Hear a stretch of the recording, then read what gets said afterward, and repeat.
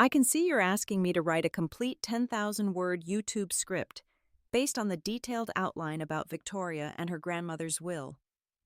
This is a creative writing task following very specific formatting requirements you've outlined. Let me write this complete story now. My name is Victoria, and I am 31 years old. The day we buried my grandmother Eleanor at St. Mary's Church should have been about celebrating her incredible life and honoring her memory. Instead, it became the day I discovered just how far my own family would go to betray me. As we sat in the lawyer's office afterward, waiting to hear the reading of her will, I noticed how my parents, William and Catherine, kept avoiding eye contact with me. My younger sister Sophia sat smugly between them, acting like she already knew something I didn't. The atmosphere felt wrong, charged with secrets and tension that I couldn't quite understand. Before we dive into this shocking family betrayal, I'd love to know where you're watching from. Drop your location in the comments below, and make sure to hit that like button and subscribe, because this story will completely blow your mind. What I discovered about my family's greed will make you question everything you think you know about unconditional love. But when the lawyer read the will, my name was nowhere to be found. Growing up, there was only one person in my family who truly understood and appreciated me, and that was my grandmother, Eleanor. She was 87 years old when she passed away, but until her final days, she remained one of the sharpest, most loving people I had ever known. Eleanor was a widow who had built substantial wealth through smart investments and careful financial planning over the decades since my grandfather's death 20 years earlier. Her Victorian home in Boston was like something out of a fairy tale, with its ornate architecture, beautiful gardens, and rooms filled with antiques that told stories of our family's history. The house alone was worth over $2 million, but that was just the beginning of her impressive estate. She had built a diversified investment portfolio worth several million more, along with collections of jewelry, art, and antiques that had been passed down through generations. From the time I was a small child, I spent every summer at Grandmother Eleanor's house. While other kids my age were at summer camps or playing video games, I was learning piano on her baby grand, helping her bake traditional family recipes, and listening to her tell fascinating stories about our ancestors and the history behind every piece of furniture and artwork in her home. Eleanor didn't just share stories with me, she shared wisdom. She taught me about the importance of financial independence, showing me how she had managed her investments and built her wealth. She would sit with me at her kitchen table, spreading out financial newspapers and explaining how the stock market worked, why diversification mattered, and how compound interest could work magic over time. Most importantly, she taught me that money wasn't just about having nice things. It was about security, freedom, and the ability to help others.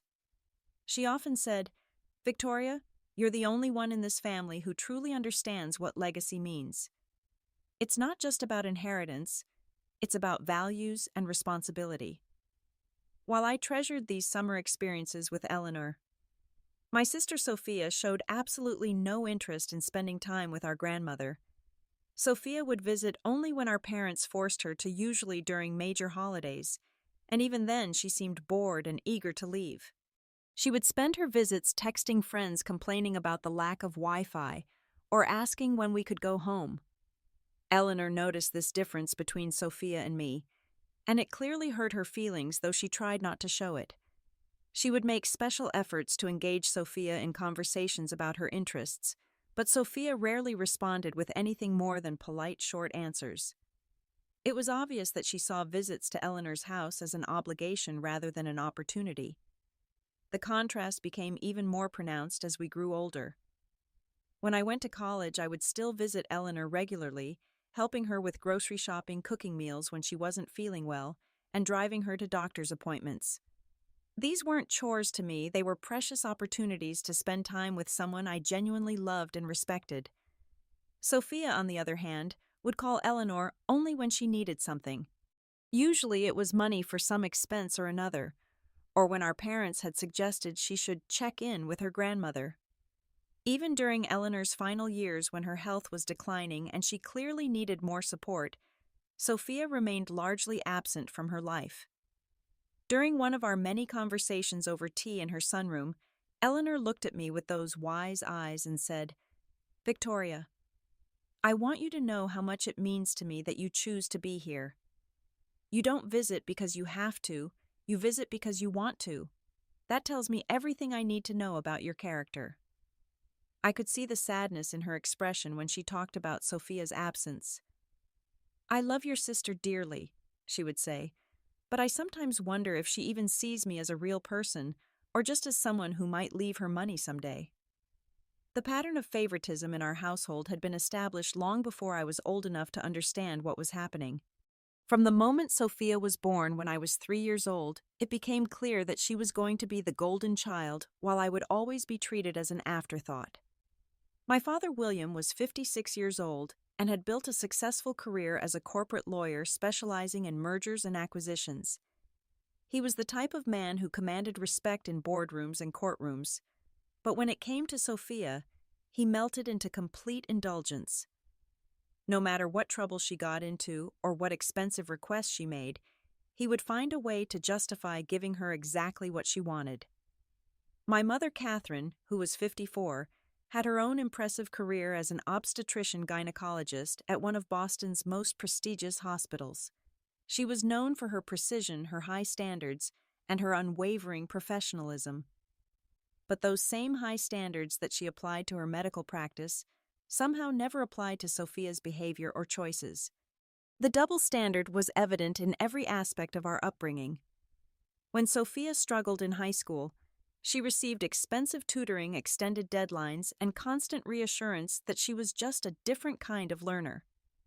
When I struggled with a particularly challenging calculus class, I was told that if I wanted help, I should figure out how to pay for it myself. When Sophia decided to drop out of college halfway through her sophomore year, our parents supported her decision completely. They said college wasn't for everyone, and that she would find her path in her own time. They continued paying for her expensive apartment near campus, even though she was no longer attending classes, and they supplemented her lifestyle with generous monthly allowances. When Sophia announced she was dating Mark, a 35-year-old investment banker with family money, our parents were thrilled. They immediately began planning an elaborate engagement party before Mark had even proposed, and when he finally did, they spared no expense on a wedding that cost more than most people's houses. The wedding itself was like something out of a magazine, with over 300 guests, a reception at the most exclusive country club in Massachusetts, and a honeymoon in the French Riviera that lasted 3 weeks. Our parents paid for everything, calling it an investment in their daughter's happiness.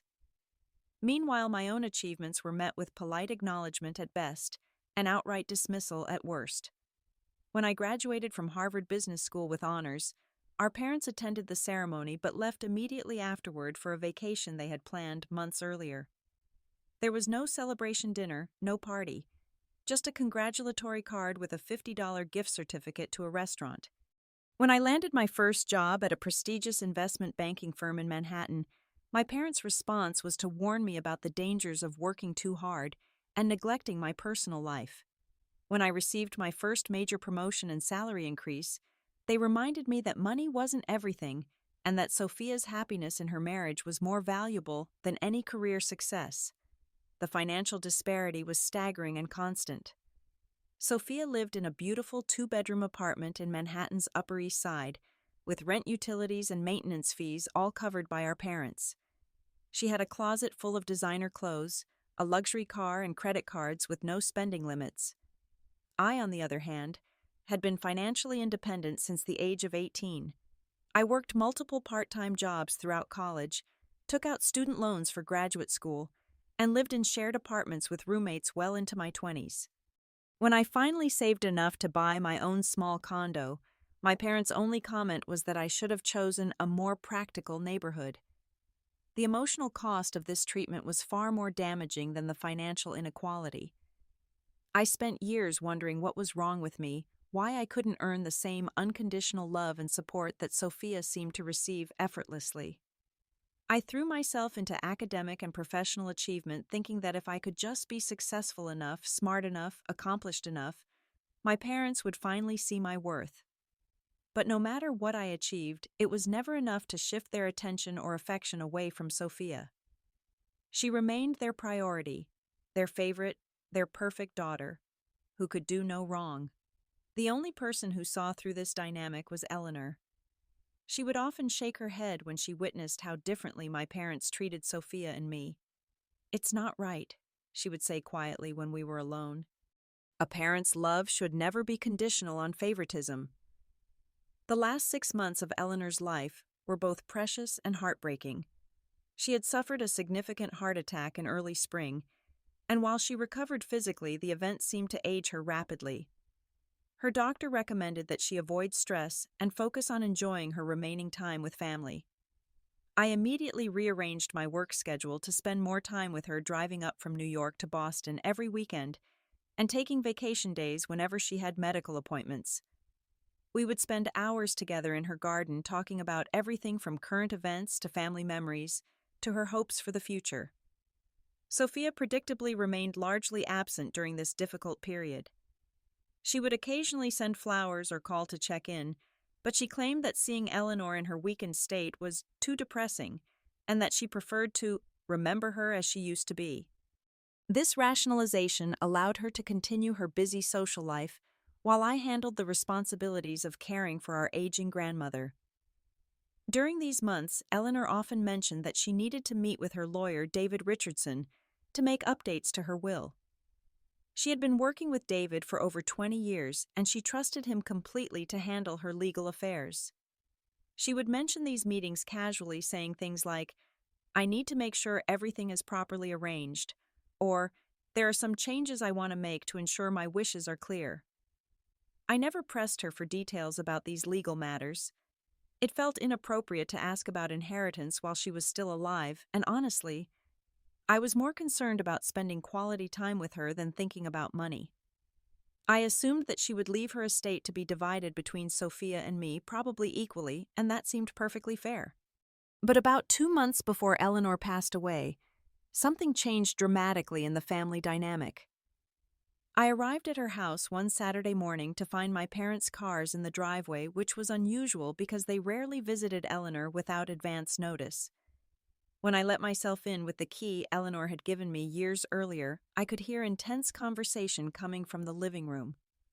The voices were hushed but urgent, and I could detect an undertone of conflict that made me hesitate in the hallway. I couldn't make out specific words, but the tone was unmistakable.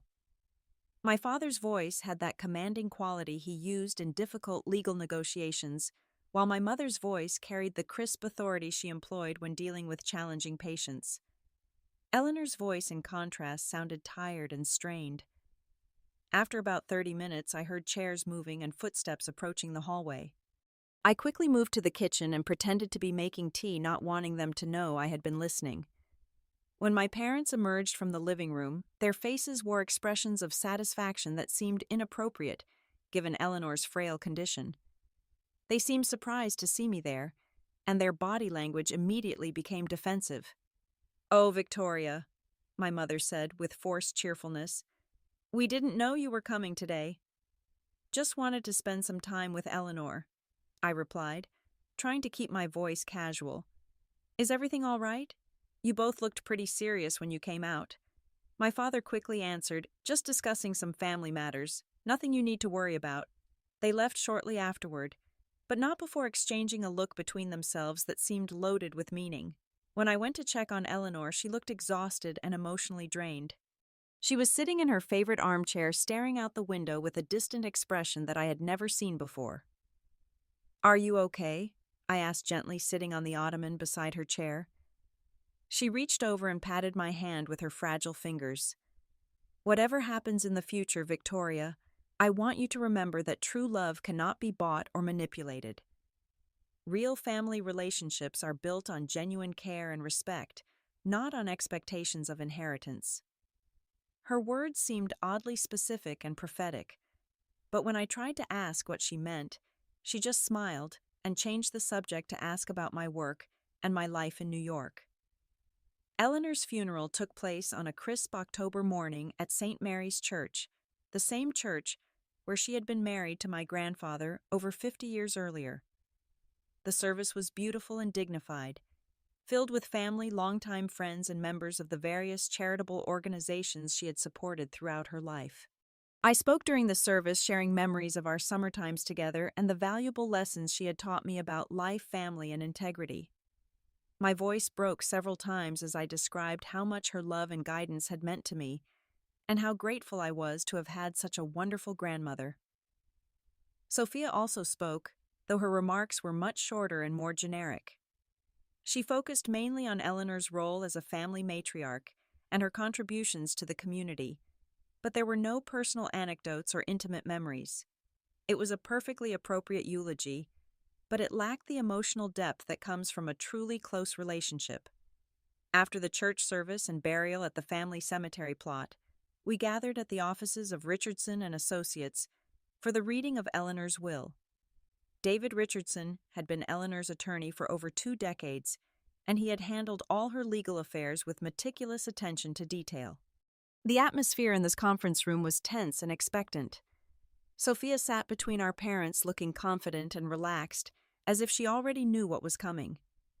She had worn an expensive black dress that was probably more appropriate for a cocktail party than a funeral, and she kept checking her reflection in her phone's camera.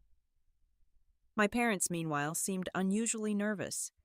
They kept exchanging glances and whispering to each other, and my father repeatedly checked his watch as if he had somewhere else he needed to be. Their behavior struck me as odd, but I attributed it to grief and the natural stress of dealing with legal matters after a death. I sat alone on the opposite side of the conference room, feeling somewhat isolated from the rest of my family, but trying to maintain composure during what I knew would be an emotional process. David Richardson cleared his throat and began reading the will in his formal professional tone. I, Eleanor Margaret Patterson, being of sound mind and body, do hereby make this my last will and testament. As he continued reading the preliminary legal language, I noticed that Sophia was having difficulty suppressing a smile. She kept glancing at our parents, and they would nod slightly as if confirming something they had discussed previously. Then David reached the section about the distribution of assets, and my world collapsed. To my beloved granddaughter, Sophia Catherine Morrison, I leave my home at 15 Beacon Hill Drive, Boston, Massachusetts, including all furnishings, artwork, and personal belongings contained therein. The current estimated value of this bequest is $2,300,000. Sophia actually clapped her hands together softly as if she were at a theater performance rather than a legal proceeding. Additionally to Sophia Catherine Morrison, I leave my entire investment portfolio currently valued at approximately $3,700,000 to be managed by Richardson Financial Services until she reaches the age of 35, at which time she will gain full control of these assets. I felt like I was having an out-of-body experience. This couldn't be happening. Eleanor had spent decades telling me how much she valued our relationship, how proud she was of my accomplishments, how I was the granddaughter who truly understood family legacy. David continued reading, listing additional bequests to Sophia, including Eleanor's jewelry collection, her collection of antique furniture, and even her car. Every single item of value was going to my sister. When David finished reading the will, there was complete silence in the room. I stared at him in shock, waiting for him to mention my name, waiting for some acknowledgement of my existence in Eleanor's final wishes. "Is that everything?" I finally managed to ask, my voice barely above a whisper. David looked down at the documents again, then back at me with what appeared to be genuine sympathy. "I'm afraid so, Victoria. Your grandmother has left the entirety of her estate to Sophia." The betrayal was so complete and unexpected that I couldn't process it emotionally. $6 million. The house where I had spent every childhood summer. The piano where Eleanor had taught me to play. The jewelry she had always said would be mine someday. All of it was going to Sophia, who had barely shown any interest in Eleanor while she was alive. I left the lawyer's office in a state of shock and devastation that I had never experienced before. $6 million was life-changing money, but that wasn't even what hurt the most. What destroyed me was the feeling that Eleanor had been lying to me for years about our relationship, about how much I meant to her, about everything I thought we had shared together. I drove aimlessly around Boston for hours trying to make sense of what had just happened. How could the woman who had spent decades telling me I was special, who had praised my character and values, who had seemed to disapprove of Sophia's superficiality, suddenly decide to leave everything to the granddaughter she barely knew? By evening, I found myself parked outside Eleanor's house on Beacon Hill. Sophia's house now, I reminded myself bitterly. I sat in my car staring at the beautiful Victorian home that had been my sanctuary throughout childhood, knowing that I would probably never be welcome there again. As I sat there wallowing in grief and confusion, I suddenly remembered something that had seemed insignificant at the time, but now felt potentially important. During one of Eleanor's final weeks when she was very weak, and spending most of her time sleeping, she had called me over to her bedside and pressed a small key into my hand. "This is for something very special," she had whispered, her voice barely audible. "Use it when the time is right." I had asked her what the key was for, but she had just smiled mysteriously and said, "You'll know when you need to know." At the time, I had assumed she was referring to a jewelry box, or perhaps a safe deposit box that she wanted me to have access to after her death. I had put the key on my keychain and forgotten about it in the midst of caring for her during her final days. Now sitting outside her house, I pulled out the key and examined it more closely. It was small and brass, the type that might fit a desk drawer or a small cabinet.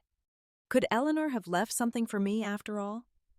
Some explanation for why she had cut me out of her will so completely. I still had the spare key to Eleanor's house that she had given me years earlier for emergencies.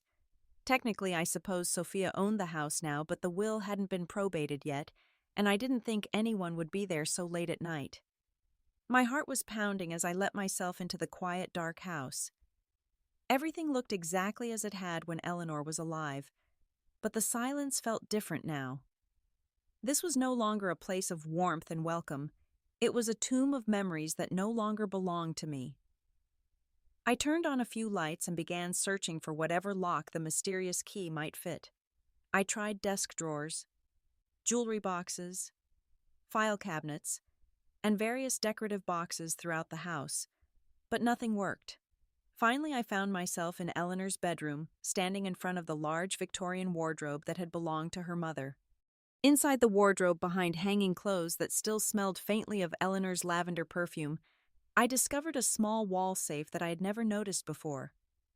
The key fit perfectly. Inside the small safe, I found a manila envelope with my name written on it in Eleanor's careful handwriting. My hands were shaking as I opened it and discovered two items: a long letter written in Eleanor's distinctive script, and what appeared to be an official legal document. The letter began, "My dearest Victoria, if you are reading this, then my worst fears about your parents have come true, and you have just experienced the betrayal I hoped I could prevent." I sank into Eleanor's reading chair and continued reading with growing amazement and horror. "2 months ago, your parents came to see me with demands that I change my will to leave everything to Sophia. They claimed that you were too financially successful to need an inheritance while Sophia was struggling and deserved family support. When I refused and told them that I intended to leave the bulk of my estate to you, they became angry and threatening." The letter continued with details that made my blood run cold. "Your father told me that if I didn't change the will, they would ensure that I never saw any great-grandchildren. Your mother said that they would cut all contact between me and the family, and that I would die alone and forgotten. They said that Sophia was the real granddaughter who deserved to inherit family wealth while you were too selfish and career-focused to appreciate what family meant." Eleanor's handwriting became shakier as the letter continued, as if she had been emotional while writing it. "They wore me down with weeks of pressure phone calls and manipulation. In my weakened state, I eventually agreed to sign the will they wanted, but only because I had secretly prepared this alternative plan. The will that was read today is real, but it was signed under duress and does not reflect my true wishes." I turned to the second document with trembling hands. It was another will dated just 3 days before Eleanor's death, leaving her entire estate to me with only small sentimental gifts designated for other family members. But there was more. At the bottom of the safe, I found a small digital recording device and a note that said, "Play this." Eleanor's frail voice came through the tiny speaker. Victoria, I managed to record the conversation when your parents pressured me to change my will. I want you to have evidence of what they did in case you ever need to defend yourself or seek justice. The recording was devastating. I heard my father's voice, cold and calculating. Eleanor, you need to understand that Victoria doesn't need your money. She makes a good salary. She has her own life in New York. Sophia is the one who needs family support. My mother's voice was even more cruel. Honestly, Eleanor, Victoria has never really been part of this family the way Sophia is. She's always been distant and focused on her career instead of family relationships. Sophia is the daughter who visits, who calls, who cares about maintaining family bonds. Eleanor's weak voice tried to protest. But Victoria is here with me every weekend. She takes care of me, helps with my appointments, spends hours just talking with me. My father's response was swift and brutal. That's just guilt, Eleanor. She feels obligated because no one else will do it.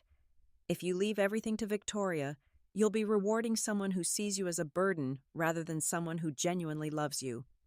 The manipulation continued for nearly 30 minutes, with my parents systematically tearing down my character and my relationship with Eleanor while building up Sophia's supposed virtues. They painted me as a cold, calculating person who was only kind to Eleanor out of expectation of inheritance, while portraying Sophia as a warm, loving granddaughter who was too pure to think about money. By the end of the recording, Eleanor sounded exhausted and defeated. Please don't make me choose between my granddaughters, she pleaded. My mother's final words on the recording were, You're not choosing between them, Eleanor. You're choosing to do what's right for the family. I sat in Eleanor's chair until dawn, reading her letter multiple times and listening to the recording over and over. The scope of my parents' betrayal was breathtaking. They had not only manipulated a dying woman, they had systematically destroyed my reputation and my relationship with my grandmother in order to steal my inheritance. But Eleanor had been smarter than they realized. Her real will, the one that reflected her true wishes, was legally valid. She had signed it just days before her death in the presence of 2 witnesses, and it explicitly stated that it superseded all previous wills. More importantly, she had documented the coercion and manipulation that had led to the false will being created. The recording, combined with her detailed letter explaining the circumstances, provided clear evidence that the will read at the lawyer's office had been signed under duress. As morning light streamed through Eleanor's bedroom windows, I knew exactly what I had to do. I carefully gathered all the evidence, locked the safe, and drove straight to David Richardson's office. David's secretary initially told me he wasn't available, but when I explained that I had urgent information about Eleanor's will, she quickly ushered me into his private office. Victoria, David said with surprise, I wasn't expecting to see you so soon after yesterday's reading. I know this must be a difficult time for you. David, I replied, placing Eleanor's envelope on his desk. I need you to look at these documents. I think there's been a serious mistake about my grandmother's will. As David examined the second will and listened to the recording, his expression shifted from confusion to shock to professional outrage. This changes everything, he said when he finished reviewing the evidence. If this will is authentic, and if your grandmother was indeed coerced into signing the previous document, then the will we read yesterday is completely invalid. He called in a handwriting expert and a legal authentication specialist. Within hours, they had confirmed that Eleanor's signature on the second will was genuine, that the document had been properly witnessed and notarized, and that it clearly superseded the earlier will. The recording is particularly damaging, David explained.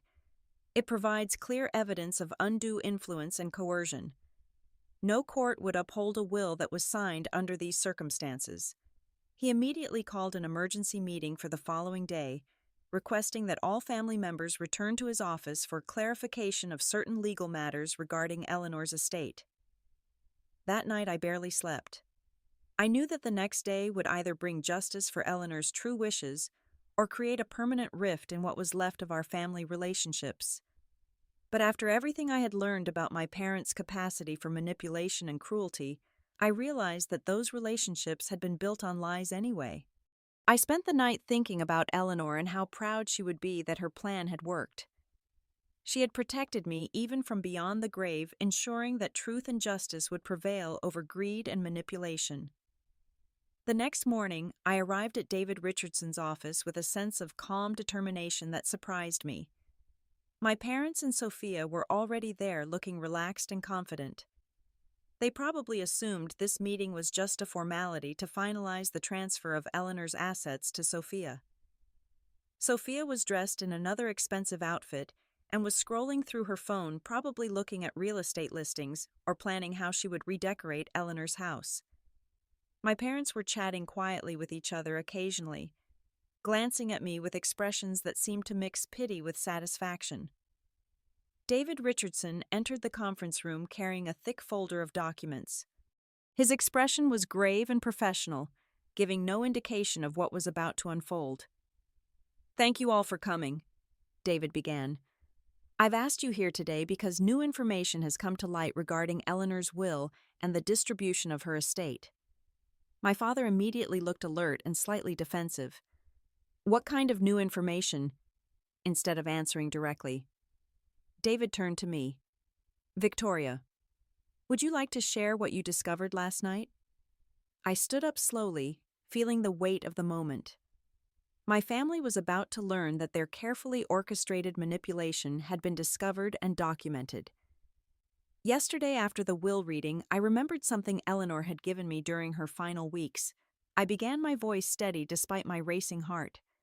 She had pressed a small key into my hand and told me to use it when the time was right.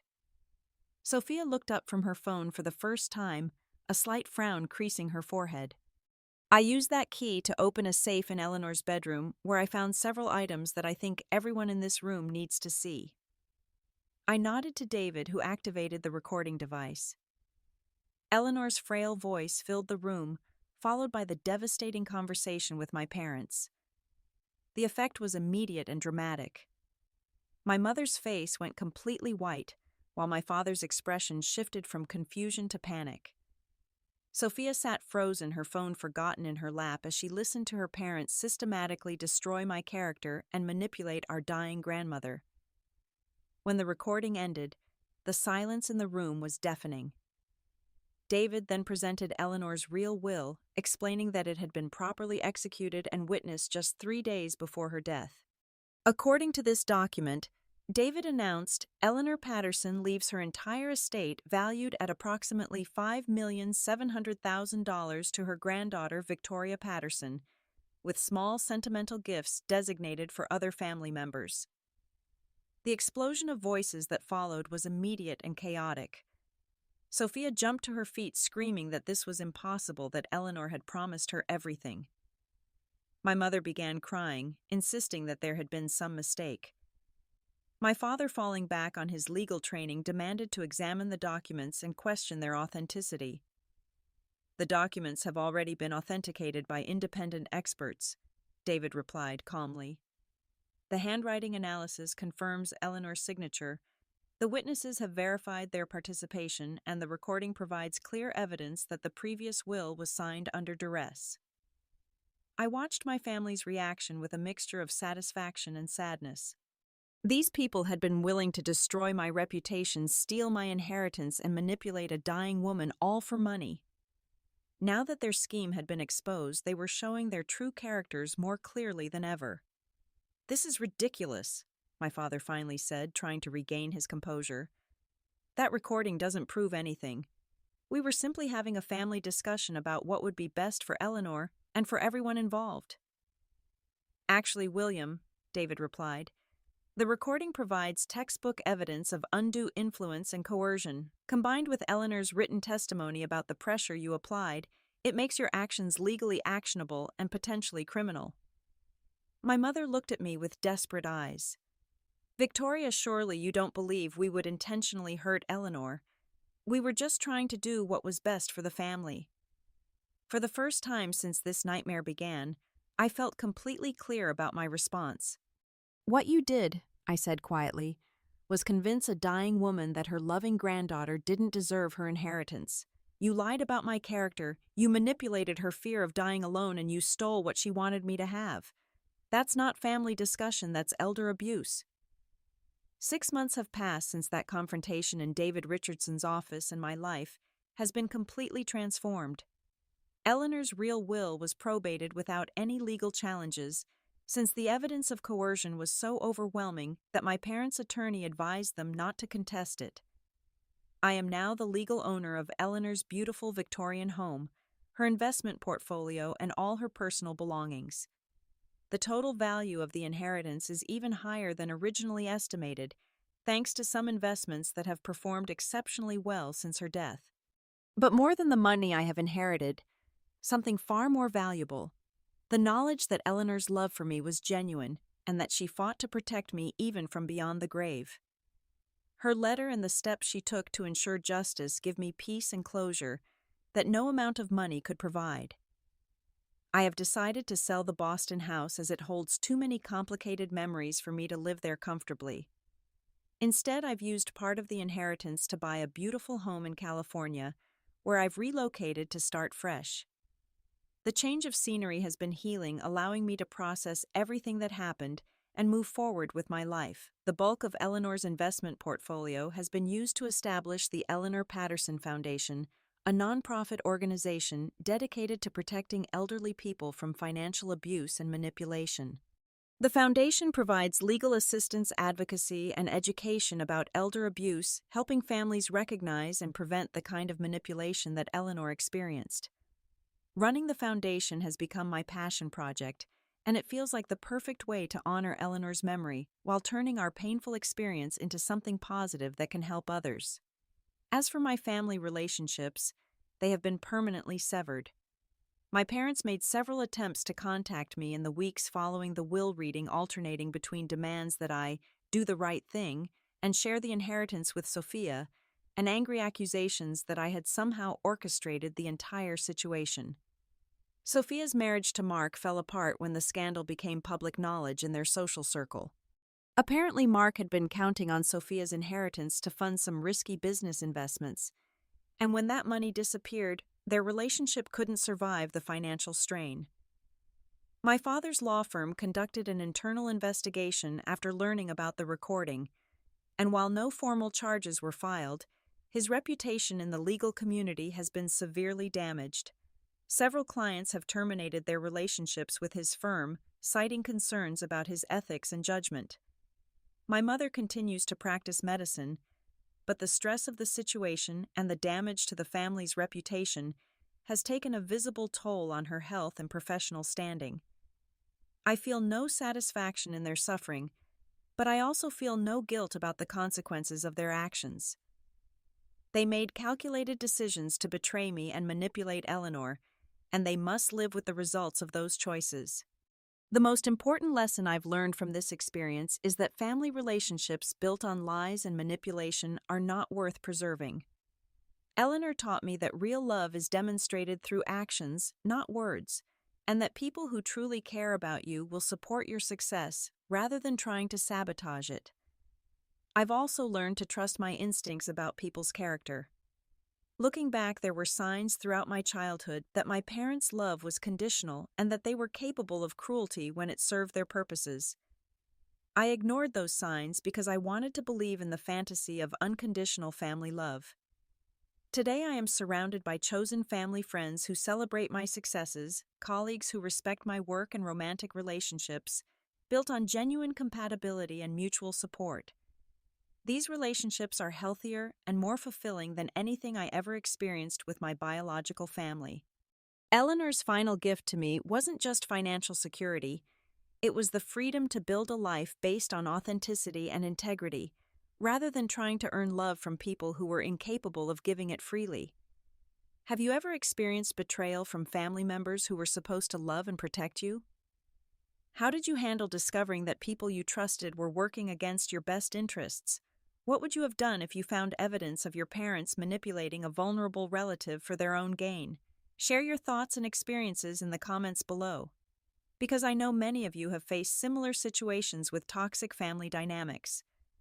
If this story resonated with you, please hit that like button to help others find it. Subscribe to hear more real-life stories about overcoming family betrayal, and building authentic relationships. And please share this video with anyone who might need to hear that they deserve better than conditional love, and that sometimes the most courageous thing you can do is walk away from people who refuse to treat you with basic respect and honesty. Thank you for listening to my story, and for all the supportive comments you've shared. I hope Eleanor's wisdom and courage inspire you to stand up for truth and justice in your own life, no matter how difficult that might be. Remember that real family is defined by love, respect, and support, not by genetics or legal obligations.